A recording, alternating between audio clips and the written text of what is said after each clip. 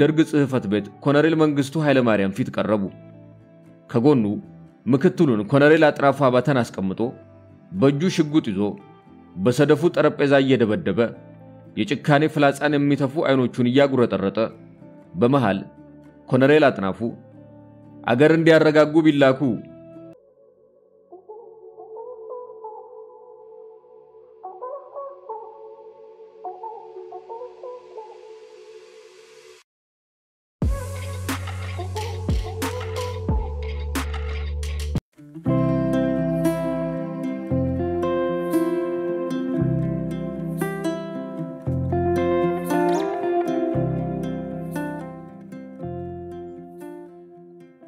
ሰላም ጤና ይስጥልኝ። ይህ የአማርኛ መጽሐፍት የዩቲዩብ የትረካ ቻናል ነው። በዚህ ቻናል ዘወትር ሰኞ፣ ረቡዕና አርብ ምሽት 3 ሰዓት ላይ የተመረጡ የአማርኛ መጽሐፍት ትረካዎችን ወደ እናንተ እናደርሳለን።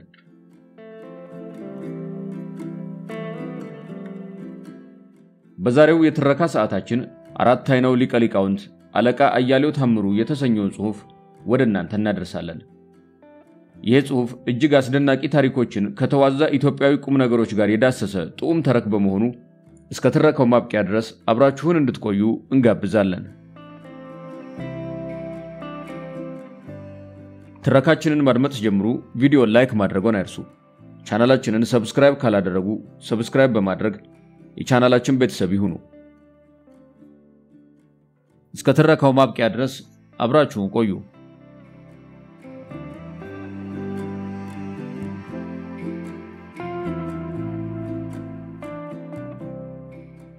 ውድ የቻናላችን ቤተሰቦች በርካታ የተለያዩ ጥቅሞችን የያዘና የንባብ ልምዳችሁን እንዲሁም የትረካ ፍላጎታችሁን በተለያዩ ስራዎች ለማሳደግና ወደ እናንተ በስፋት ለማድረስ ይረዳን ዘንድ የአባልነት የሜምበርሺፕ ፕሮግራም እናብስራችሁ።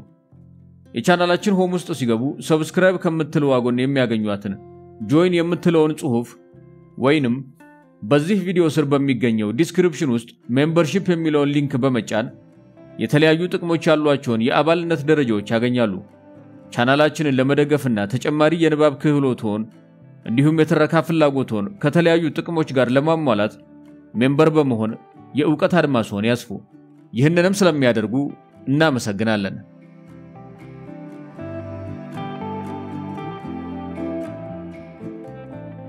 የቃለ ልሳን ቅመሙ የባለቅኔ ቀለሙ ነጠበ እንጂ ፈሰሰ አንበል ቢዘነበል እንኳን ደሙ ሰከነ እንጂ ከሰለ አንበል ቢከሰከስ እንኳን አጽሙ የቃለ እሳት ነበልባሉ አልባከነምና ውሉ የዘር ንድፉ የፊደሉ ቢሞት እንኳን ሞት አትበሉ። ጸጋዬ ገብረመድኅን። በ1297 በአጼ አምደ ጽዮን አማካኝነት የተመሰረተው የክፍለ ዘመኑ የሊቃውንት መፍለቂያ የሐዲስ የፍትሐ ነገሥታት መመርመሪያ የድጓ የጾመ ድጓ የብሉይ የቅኔ መማሪያው ዲማ ጊዮርጊስ በጎጃም ክፍለ ሀገር በብቸና አውራጃ የሚገኝ ነው። በተደጋጋሚ በግራኝ እንዲሁም በሱስንዮስ ዘመን የተቃጣበትን ሃይማኖታዊ የዕውቀት ማዕከልነቱ ላይ ያተኮሩ ጥቃቶችን ተቋቁሞ ያለፈው ዲማ በጠላት ዘመንም የአየር ቦምብ ድብደባዎችን አስተናግዷል። በኢትዮጵያ ነገሥታቶች አጼ ይስሐቅ፣ አጼ ምኒልክ፣ አጼ ዮሐንስ በከፍተኛ ጥበቃና ክብር ዘመን የተሻገረው ዲማ ለሀገራችን አያሌ ሊቃውንትን አፍርቷል። በ1915 በመጋቢት 23 ልዩ ስሙ ቤተ ንጉሥ በተባለው ከዲማ ቤተክርስቲያን በስተምዕራብ በሚገኝ ቦታ ላይ የተወለዱት አለቃ አያሌው ታምሩ አንዱ ናቸው። ካህን፣ ሐዋርያ፣ ደራሲና ተርጓሚ የሆኑት እኚህ ታላቅ ሊቅ ስለ ውልደታቸው ቀን ሲናገሩ የተወለድኩት በዕለተ ሆሳዕና ነው። የሕይወቴ ፍሬ እንግዲህ የዚያን ዕለት ውጤት ነው ልል እችላለሁ። ሊቃውንቱ ዝም ባሉበት፣ ሕፃናቱ በምስጋና አንደበታቸውን በፈቱበት፣ ድንጋዮች እንዲናገሩ በታዘዙበት በዚያ ቀን በመወለዴ የሕይወቴ መመሪያ የሆነ ይመስለኛል ያሉ ሲሆን አለቃ አያሌው ኢትዮጵያ በክፍለ ዘመኑ ካፈራቻቸው ሊቀ ሊቃውንት አንዱ እንደሆኑ የሚያውቋቸው ሁሉ ይስማሙባቸዋል። እውነት ተናጋሪው፣ ሐቅ መስካሪው፣ ወንጌል ሰባኪው፣ ለሀገር መጻኢ ዕድል ተቆርቋሪው፣ ለታሪክ ዝንፈት ተንገብጋቢው አለቃ የ3 ዓመት ከ6 ወር ሕፃን እያሉ በትውልድ አካባቢያቸው በተከሰተ የፈንጣጣ በሽታ የአይን ብርሃናቸውን ያጡ ሲሆን ይህንን ተከትሎ ነው ጨዋታቸውን ትተው ቡረቃውን ረስተው ዝላዩን ጣጥለው ወደ ዲማ ጊዮርጊስ የዕውቀት መናኸሪያ የዘለቁት። የኢትዮጵያ ኦርቶዶክስ ቤተክርስቲያን በዕውቀቱ የምትኮራበት ዲማዎች አፍርተነዋል ብለው በኩራት የሚናገሩለት ሊቅ ከዚህ ዕድሜ ጀምሮ ነበር የግዕዝ ቋንቋን፣ ጸዋትወ ዜማን፣ መጽሐፈ ኪዳንን፣ ትምህርተ ሀብአትን እንዲሁም የተለያዩ መጽሐፍትን ትርጓሜዎችን መማር የጀመሩት። የዲማን ዕውቀቶችን ከተለያዩ መምህራንና ሊቆች ቀስመው ወደ አዲስ አበባ የከተሙት አለቃ የደብረ አሚን ተክለ ሃይማኖት የቅኔ መምህር እያሉ የዕውቀት ጥማታቸው አልረካም ነበርና እንጦጦ በሚገኘው የስዊድን ሚስዮናውያን ግቢ ውስጥ ከቤተ ክርስቲያን ተቃውሞ እንዳይደርስባቸው ስማቸውን ሰላም ሙሉ ወርቅ ብለው በመቀየር የብሬል ትምህርት እየተማሩ በልዋጩ አማርኛና ግዕዝ አስተምረዋል። ስንዱዋ እመቤት ብለው ለሚያቆላምጧት ለሺህ ዘመናቶች ሀገሪቷን ያስተዳደረ ሃይማኖት ባለቤት ለሆነችው ለኢትዮጵያ ኦርቶዶክስ ተዋሕዶ ቤተክርስቲያን ከቅኔ መምህርነት ጀምሮ እስከ የሊቃውንት ጉባኤ አባልና ዋና ሰብሳቢ ሆነው ያገለገሉት እኚህ ሊቅ በተለያዩ ዘመን ከተለያዩ ሹማምንቶች ጋር በሐቅ ለሐቅ ሕይወታቸውን አደጋ ላይ የጣለ ግብግብ ውስጥ ገብተዋል።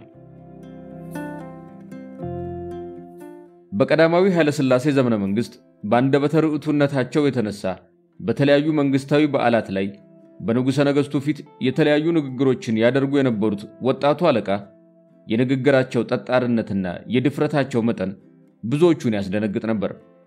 እንደዚህ ጽሑፍ ጸሐፊ አመለካከትም አለቃ በጃንሆይ የትምህርት ዘይቤ ላይ የመጀመሪያውን የሰላ ትችት ያቀረቡት እኚሁ ሊቅ ናቸው።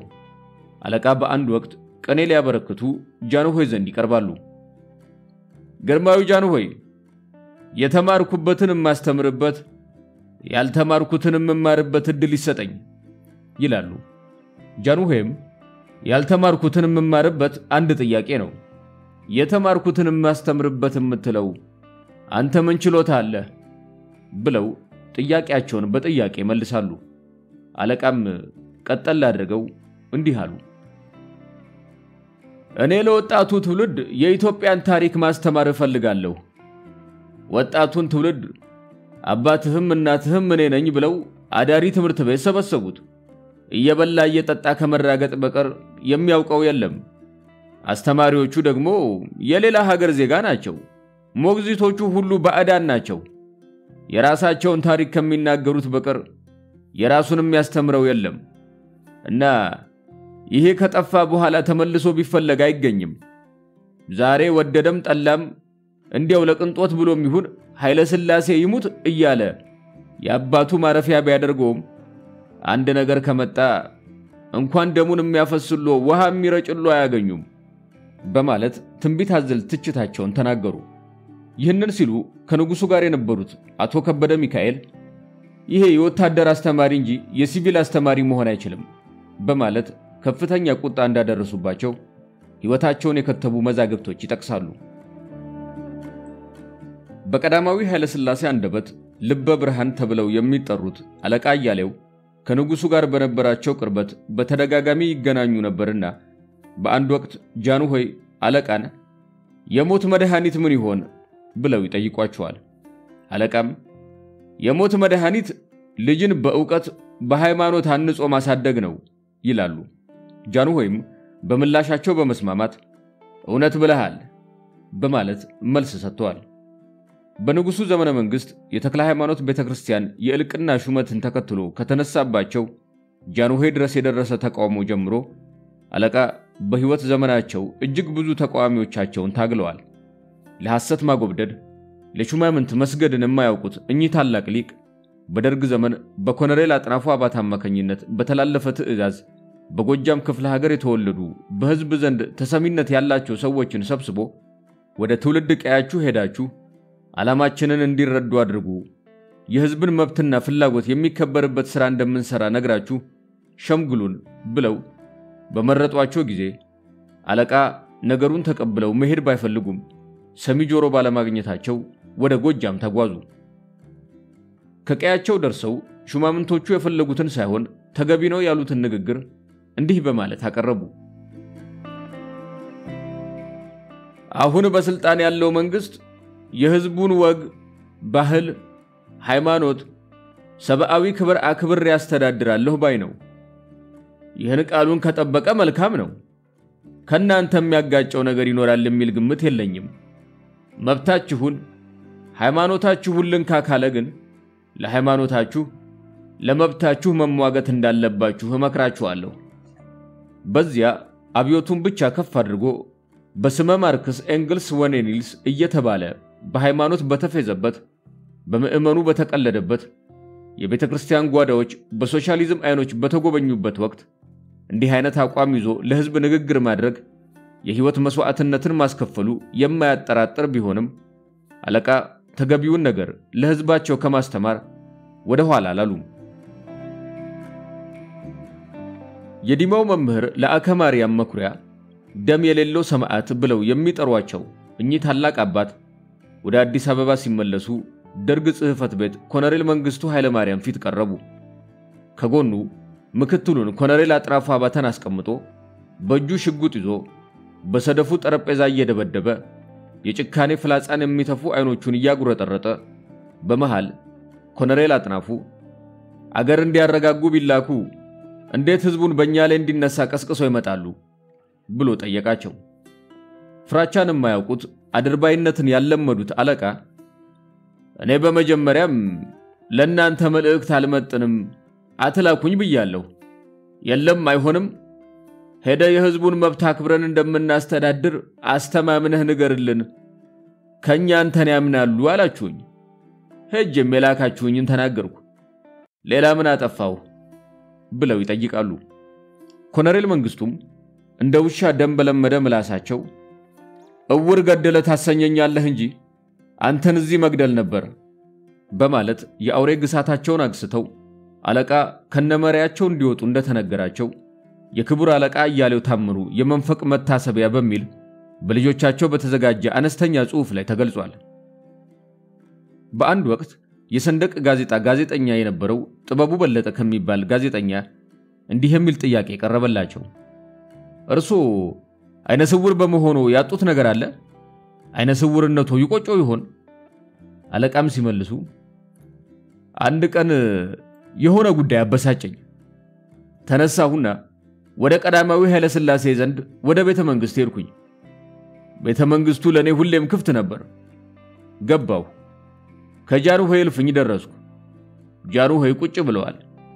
ምን እግር ጣለህ አሉኝ። እኔም እጅ ነስቼ ጃንሆይ የሚሰራው ሥራ ሁሉ ልክ አይደለም። ወጣቱ ትውልድ ሀገሩ ኢትዮጵያን በቅጡ ሳያውቅ ወደ ባህር ማዶ እየተላከ አንዱ የአሜሪካንን ባህል፣ አንዱ የእንግሊዝን፣ ሌላው የፈረንሳይን ወዘተ እየተማረ ወደ ኢትዮጵያ እየተመለሰ ነው። ነገ ከነገ ወዲያ የተማረበትን ሀገር ባህልና አስተሳሰብ ኢትዮጵያ ላይ ካልጫንኩ ይላል። ይሄ ደግሞ ለኢትዮጵያም ሆነ ለእርሱ አደጋ ነው። ጃንሆይ ይሄ ጉዳይ መስተካከል አለበት፣ ነገ አደጋ ያመጣል አልኳቸው። ጃንሆይም ዝም አሉኝ። መልስ አልሰጣሉኝ። ቢቸግረኝ እጅ ነሳው።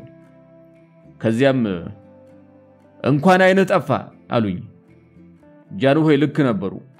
እኔ አሁን የኢትዮጵያን መቸገር፣ መከራ፣ ስቃይ ስሰማ እንኳንም አይነ ጠፋ አላለሁ፣ ባለማየት አይቆጨኝም ሲሉ መልሰው ነበር። የሀገራቸው ክብር፣ የቤተክርስቲያናቸው ልዕልና ሲነካ ለመቃወም ወደ ኋላ የማይሉት አለቃ በዚህኛው መንግስት ዘመንም እጅግ የተፈተኑበት ነበር። ከኢህአዴግ መራሹ መንግስት መምጣት ጋር ተከትሎ የቤተክርስቲያኒቱ የፓትርያርክነትን ቦታ የወሰዱት አቡነ ጳውሎስ ቤተክርስቲያንን ለዘመናት በውግዝ ያኖረችውን ሥርዓት ሮም ሄደው ከሮም ጳጳስ ቡራኬን ተቀብለው መምጣታቸው ሃይማኖታችንን ያዋርዳል፣ የሀገራችንን ክብር ይነካል፣ የአባቶቻችንን ግዝት በንቀት ጥሷል በማለት ለሲኖዶሱ ባቀረቡት ሰፋ ባለ ደብዳቤና በተለያዩ ጉዳዮች ከጳጳሱ ጋር በፈጠሩት የሐሳብ ልዩነት ምክንያት እንዲሁም የሃይማኖቱን ቀኖና ይጥሳል፣ አስተምህሮቱን ይቃረናል ባሉት ጉዳይ ላይ በግል የህትመት ሚዲያ ላይና በተለያዩ የመገናኛ ብዙሃን ላይ በሚያቀርቧቸው ጽሑፎችና ንግግሮች የቅድስት ቤተክርስቲያንን መመሪያ ጥሰው የመሪዎቿን ክብር ተዳፍረዋል በሚል በ1988 ዓ.ም ከየትኛውም የቤተክርስቲያን አገልግሎት እንዲገለሉና ከስራቸው እንዲሰናበቱ አድርገዋቸዋል። ቤተክርስቲያን ልትሄድበት የሚገባን መንገድ በማስተማርና ምእመኑ ሊያውቀው የሚገባን አስተምህሮት ለብዙ ወጣቶችና ዕውቀታቸውን ፈልገው ለሚመጡ ወዳጆቻቸው በቤታቸው ሆነው ማስተማር የቀጠሉት አለቃ በሕጋዊ አግባብ የፓትርያርኩ ጠቅላይ ጽሕፈት ቤትን ከሰው በፌደራል መጀመሪያ ፍርድ ቤት ተሟግተው ውዙፍ ደሞዛቸው ካሳ ሌሎች ጥቅሞችና ወጪና ኪሳራቸው እንዲከፈላቸው የወሰነ ሲሆን የፓትርያርኩ ጽሕፈት ቤት ለከፍተኛ ፍርድ ቤት ይግባኝ ቢያስገባም ፍርድ ቤቱ የመጀመሪያ ፍርድ ቤቱን ውሳኔ አጽንቷል። ይህ ሲሆን አለቃ በተጓዙባቸው የፍትህን ፍለጋ መንገዶች ፍርድ ቤቶቹ ወደ ስራቸው እንዲመለሱ ባይወስኑም ሌሎች መብቶቻቸው እንዲተገበሩላቸው ወስነውላቸው ነበር። ነገር ግን በፓትርያርኩ ጽሕፈት ቤት በቀጠለ ለጠቅላይ ፍርድ ቤት በቀረበ የይግባኝ ጥያቄ መሰረት ፍርደ ገምድላዊ በሆነ ለሹማምንቱ ያደላ ለሐሰት የወገነ ውሳኔ በማሳለፍ ሁለቱ ፍርድ ቤቶች የወሰኑትን ውሳኔ ሽሮ ወደ ስራቸው እንዳይመለሱ የተወሰነውን አጽንቶ መዝገቡን በአሳፋሪ መልኩ ዘግቷል። ታዲያ አለቃ ኢትዮጵያ የ100 ዓመት ታሪክ ብቻ ነው ያላት የሚሉትን የኢህአዲግ የታሪክ አሉባልተኞችንም ቢሆን ነገሩ እጅግ ያንገበግባቸው ነበርና የሹሞቹን ጥራዝ ነጠቅነት ለመቅረፍ በርካታ ጊዜ በተለያዩ የህትመት መንገዶች ስህተት እንደሆነ በመንገር ሞግተዋል። የሺህ ዓመታት አያሌ ታላላቅ ታሪካችንንም ሳይታክቱ አስተምረዋል። እኚህ የባህረ ሐሳብ፣ የበዓላት፣ የአጽዋማት፣ የአምልኮ፣ የጸሎትና ሌሎች ጥያቄዎችን ለማብራራት ከከተማው ጋዜጦች እስከ ጀርመን ድምጽ ራዲዮ ጣቢያ የሚታሰሱት ሊቅ ቤተክርስቲያንም ሆነ ሀገር በእውቀታቸው ልክ ሳትጠቀምባቸው ቀርተዋል። ኢትዮጵያ የእግዚአብሔር ናት።